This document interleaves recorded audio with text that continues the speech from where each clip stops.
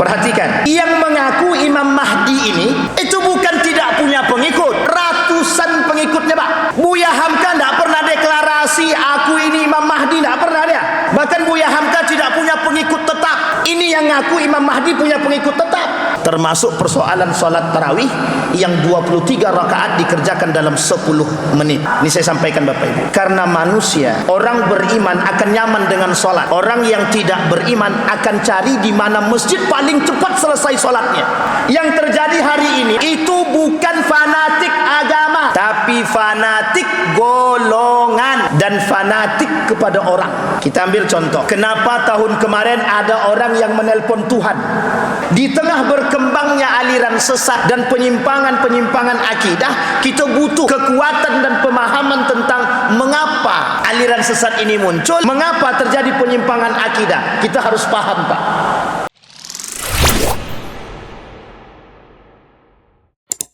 Bapak Ibu sekalian yang berbahagia, malam hari ini dalam tulisan Majelis Ulama Indonesia ada 12 indikasi atau indikator terjadinya aliran atau munculnya aliran sesat.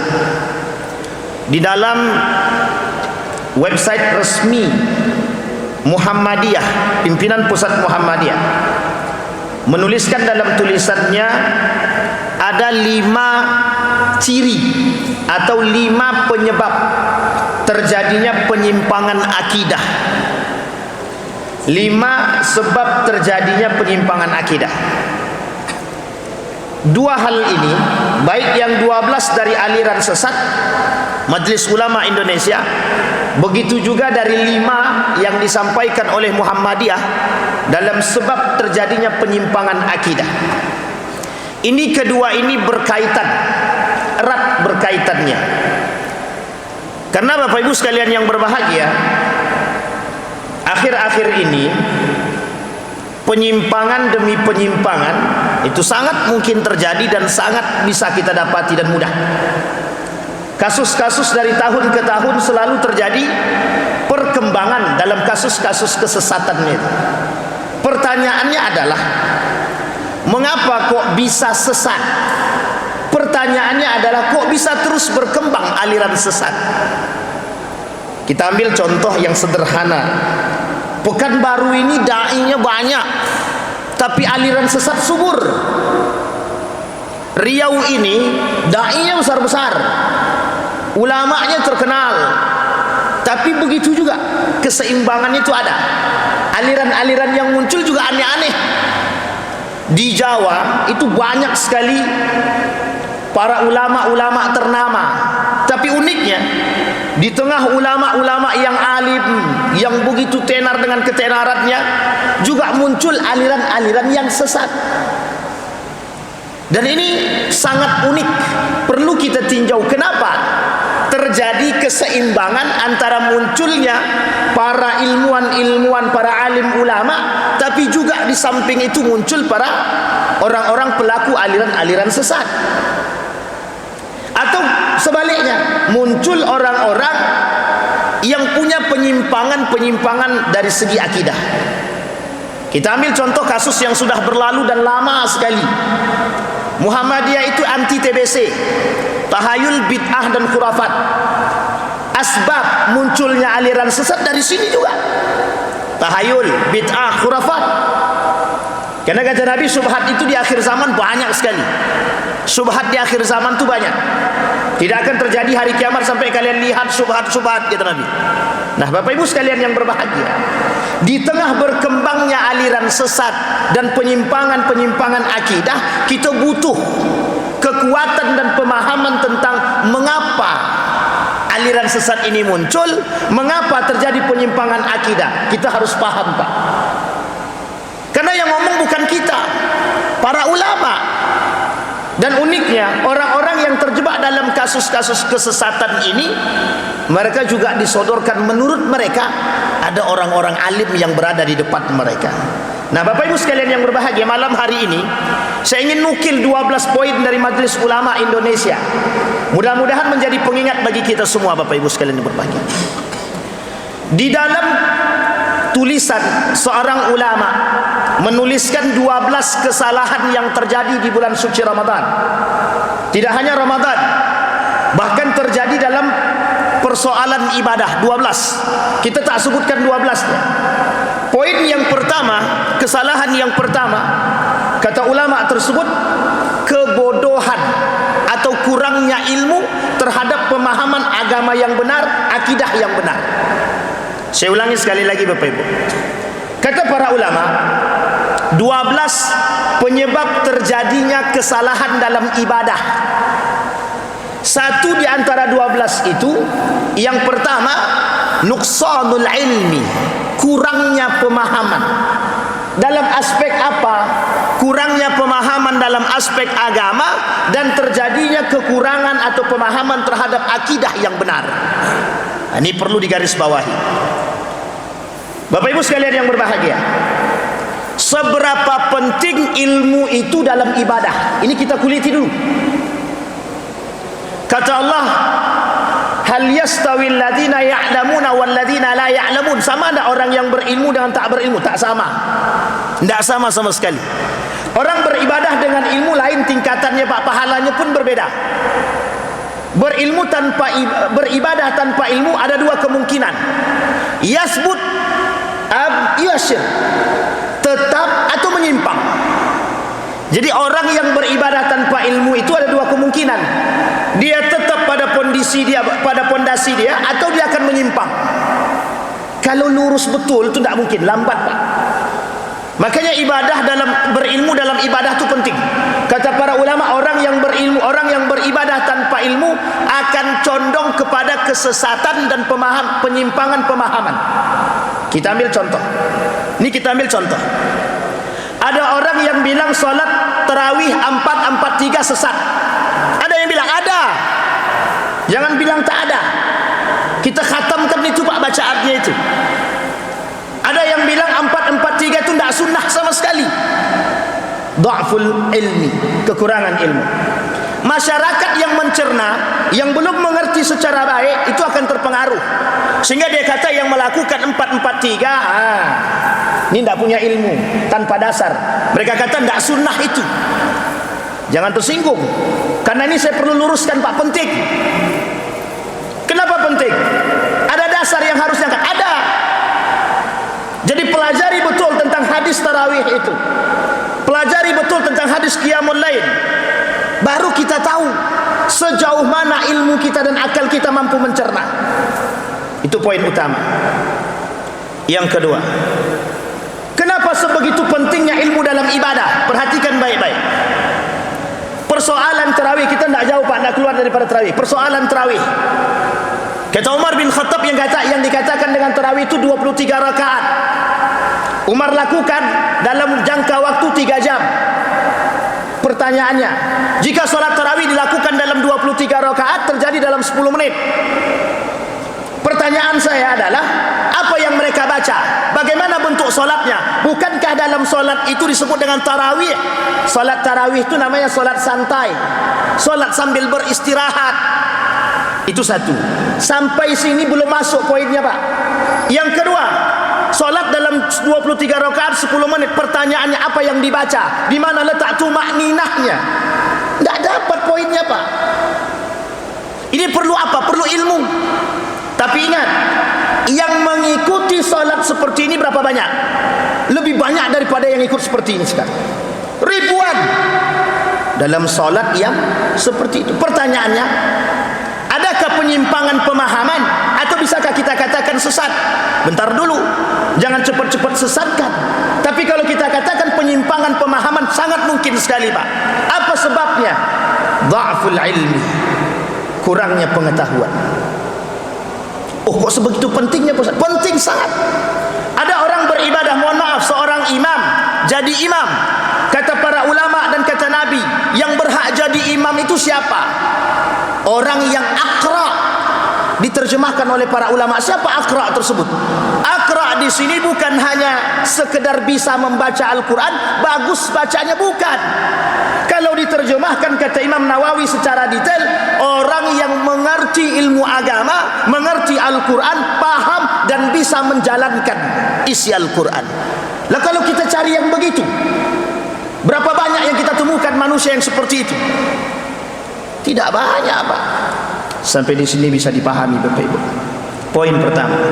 Sehingga kata Muhammadiyah di dalam tulisan Muhammadiyah, website resminya Muhammadiyah, ada 5 poin terjadi penyebab penyimpangan akidah. Ini sekarang penyimpangan akidah. Poin pertama, kata para ulama Muhammadiyah mengatakan, poin pertama, pemahaman yang kurang terhadap akidah sahih. Kurangnya pemahaman terhadap akidah yang benar. Yang kedua, dha'ful ilmi. Ada kesamaan dari yang tadi terjadinya kesalahan-kesalahan dalam ibadah dan kesalahan-kesalahan terhadap penyimpangan akidah. Satu di antara dua yang kita bacakan tadi, satu, kurangnya pemahaman akidah yang sahih. Yang kedua, dha'ful ilmi, kurangnya ilmu. Sekarang kita runut, Pak. Baru-baru ini muncul ada seorang bapak-bapak mengaku menjadi Imam Mahdi. Ingat Bapak Ibu, yang mengaku menjadi Imam Mahdi itu setiap tahun akan ada.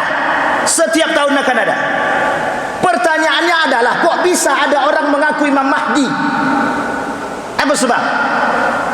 Sebabnya dha'ful ilmi, kekurangan pengetahuan tentang ilmu. Ada poin yang ketiga, asabiyah, ta'assub, fanatik atau fanatisme. Yang ketiga, terjadinya penyebab atau sebab terjadinya penyimpangan, fanatisme. Perhatikan, yang mengaku Imam Mahdi ini itu bukan tidak punya pengikut, ratusan pengikutnya, Pak. Ratusan. Buya Hamka tidak pernah deklarasi aku ini Imam Mahdi, tidak pernah dia. Bahkan Buya Hamka tidak punya pengikut tetap.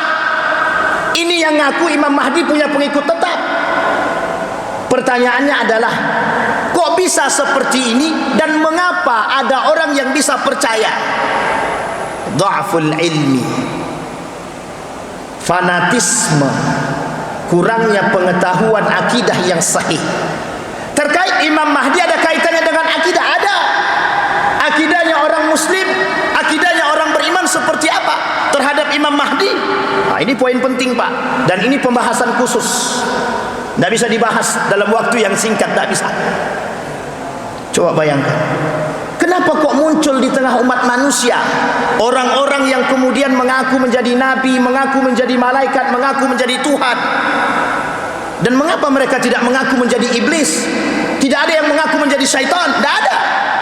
Kenapa? Karena kata syaitan, manusia itu, setan itu terbagi dua. Kata Allah, setan itu terbagi dua, minal jinni wal ins.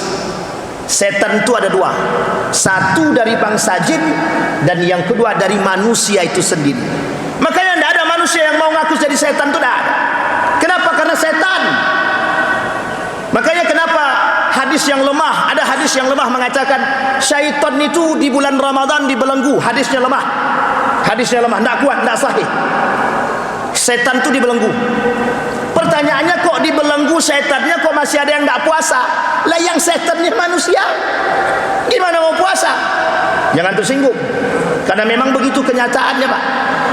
Disampaikan oleh Syekh Habib Hasan Al-Khaf. Bahkan Nabi mengatakan ada orang kelak di akhir zaman itu memang sengaja tak berpuasa. Memang mereka tak mau puasa, bukan karena sakit, bukan karena musafir, meninggalkan puasa dengan sengaja. Apa kata Nabi dalam hadis yang juga dianggap lemah?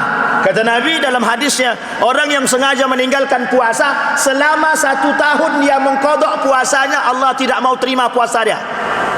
Coba bayangkan. Tapi meskipun hadisnya tidak kuat, oleh para ulama diambil fadilah. Jadi Bapak Ibu sekalian yang berbahagia, apa penyebabnya? Kenapa ada orang hari ini menganggap remeh puasa? Alah, tidak usah puasa, nanti tinggal taubat aja kepada Allah. Yattakiluna bi'afwillah wa yuhmiluna al-amal. Kata Imam Al-Ghazali, orang seperti ini meremehkan, maaf, orang seperti ini memudahkan ampunan Allah dan meremehkan ibadah-ibadah, termasuk puasa itu sendiri. Padahal puasa ini, Bapak Ibu sekalian yang berbahagia, kata Hasan Al-Banna, pembentuk karakter. Pembentuk karakter. Lah kalau karakternya seperti ini, bulan Ramadan harusnya bisa membentuk karakter dia, tapi tak jadi bentuk, Pak. Oleh ulama yang lain mengatakan Ramadan ini tempat ketakwaan tertinggi. Kata para ulama, Ramadan tempat untuk menilai ketakwaan seorang tertinggi, karena di Ramadan disediakan lapangan ketakwaan dan pahala yang begitu luas. Tapi kok bisa salah pemanfaatan? Yang harusnya kita mengejar pahala, yang harusnya kita memperbaiki ibadah, kok bisa? Kita lagi sedang tidak mengkritik orang, tapi kita ingin mengatakan, mengatasi problem. Jangan sampai umat muslim tertipu dengan kondisi-kondisi hari ini. Apa contohnya? Jangan sampai tertipu dengan persoalan-persoalan tersebut, termasuk persoalan sholat tarawih yang 23 rakaat dikerjakan dalam 10 menit. Bapak Ibu sekalian yang berbahagia, ini harus kita jadikan perhatian. Kenapa? Ini saya sampaikan Bapak Ibu, karena manusia, orang beriman akan nyaman dengan sholat. Orang yang tidak beriman akan cari di mana masjid paling cepat selesai sholatnya. Betul apa salah? Bapak-bapak, betul apa enggak? Betul gitu deh. Dicari yang paling cepat. Kalau ada imam masjid tersebut, 1 juz 1 malam, tidak akan banyak yang sholat di situ, Pak. Ilaman rahimah rabbi, ilaman amana billah. Kecuali orang beriman, kecuali orang yang betul-betul mendapatkan rahmat. Kalau tidak, la ilaha illallah, panjangnya lagi sholat nih, kata dia. Untung tak dibuat imam tadi sholat surat Al-Baqarah. Kalau sempat dibuatnya Al-Baqarah kayak baginda Nabi Muhammad SAW. Sholat subuhnya rakaat pertama Al-Baqarah, rakaat kedua dibuatnya Ali Imran. Kalau sempat begitu, orang dah pulang daripada syuruk pun Nabi masih sholat subuh, baru rakaat pertama itu, Pak. Coba bayangkan. Tapi kata Nabi, itu Nabi. Yang di belakang Nabi sholat siapa? Para sahabat. Semakin panjang sholat itu semakin senang. Tapi sekarang tak begitu, Pak. Makanya mohon maaf, kenapa yang 23 rakaat dalam 10 menit itu laku? Karena orang pengen cepat. Pengen cepat sholatnya. Nah, ini tak sejalan, Pak, dengan makna sholat tarawih. Makna tarawih itu artinya sholat dengan sambil santai dan beristirahat. Makanya dua istirahat. Tapi kenapa Muhammadiyah 443? Ada latar belakang? Ada. Dari hadisnya Aisyah, kuat. Hanya saja para ulama mengatakan hadis ini untuk salat witir. Yang penting bukan witirnya. Nabi cuma katakan dalam hadisnya bukan tarawih. Yang disebutkan Nabi dalam hadisnya, man qama ramadana imanan wahtisaban. Apa arti qama? Menghidupkan malam. Maka kata para ulama, perbedaan pendapatnya terletak pada kalimat qiyamul lail. Ini poin penting, Pak. Jadi jangan salah paham. Bukan berarti Muhammadiyah melakukan itu tanpa dasar. Muhammadiyah ini melakukan ijtihadnya, Bapak Ibu, bukan sebentar. Muhammadiyah ini berdiri 1900 berapa, Bapak Ibu, ada yang tahu? 12. Indonesia belum merdeka. 1926 baru berdiri Nahdlatul Ulama. 1926 baru berdiri Pondok Pesantren Darussalam Gontor yang belajar kepada Pondok Pesantren Muhammadiyah. Jadi ijtihadnya bukan tanpa sebab. Ijtihadnya dengan ilmu, tidak sembarangan. Baik, itu poin yang ketiga. Maka dalam terjadinya penyimpangan akidah, itu yang pertama, kurang pemahaman akidah yang benar. Itu terjadinya kenapa khurafat, tahayul, bid'ah, itu orang yang kurang memahami tentang akidah sahih, akidah yang benar. Yang kedua, dha'ful ilmi, kurangnya ilmu. Kenapa terjadi kurangnya ilmu? Tak mau belajar. Bapak Ibu sekalian yang berbahagia, menuntut ilmu agama wajib bagi siapapun. Ilmu agama ini wajib bagi siapapun. Mau dia nanti latarnya ekonom, mau dia teknik sipil, kedokteran, dokter gigi, dokter hewan, dan dokter apapun, belajar ilmu agama wajib. Yang lain daripada itu ilmunya sunnah muakkadah. Bahkan ada yang mengatakan fardu kifayah. Kenapa begitu? Karena ilmu agama di atas segalanya. Kenapa terjadi penyimpangan? Dha'ful ilmi. Yang ketiga, asabiyah, fanatisme. Yang terjadi hari ini, Bapak Ibu sekalian yang berbahagia, itu bukan fanatik agama, tapi fanatik golongan dan fanatik kepada orang. Kita ambil contoh. Kenapa tahun kemarin ada orang yang menelpon Tuhan, menentukan Idul Fitri, dia telpon Tuhan. Kenapa pengikutnya ratusan? Itu bukan fanatik terhadap agama, fanatik terhadap orangnya. Bukan berpikir dengan ilmu, bukan, tapi karena orangnya. Sama yang terjadi hari ini, yang mengaku Imam Mahdi, itu bukan karena agama, bukan karena golongan, tapi karena personnya, Pak, karena individunya. Maka hari ini Bapak Ibu banyak kita temukan orang-orang yang fanatik terhadap golongan dan fanatik terhadap orang, manusia. Saya termasuk orang yang tidak sepakat ta'zim yang berlebihan kepada orang-orang atau kepada manusia, karena ditakutkan akan terjerumus dalam dua hal. Kalau tidak benar hati dia akan terjerumus dalam takdisun nas, mensucikan manusia melebihi Tuhan, syirik. Hati-hati, Pak. Maka mohon maaf, saya termasuk orang yang tidak sepakat dengan hal-hal demikian, karena kita perlu menjaga hati, kita perlu menjaga kebenaran hati, Pak. Hati-hati terjerumus dalam persoalan-persoalan demikian. Nah, maka kata para ulama, ta'assub terhadap agama itu ada dua. Satu, ta'assub bil ilmi. Yang kedua, ta'assub bila ilmi. Yang dibenarkan ta'assub atau asabiyah dengan ilmu. Sebelum saya tutup, Bapak Ibu sekalian yang berbahagia, maka asabiyah dengan ilmu itu dibenarkan.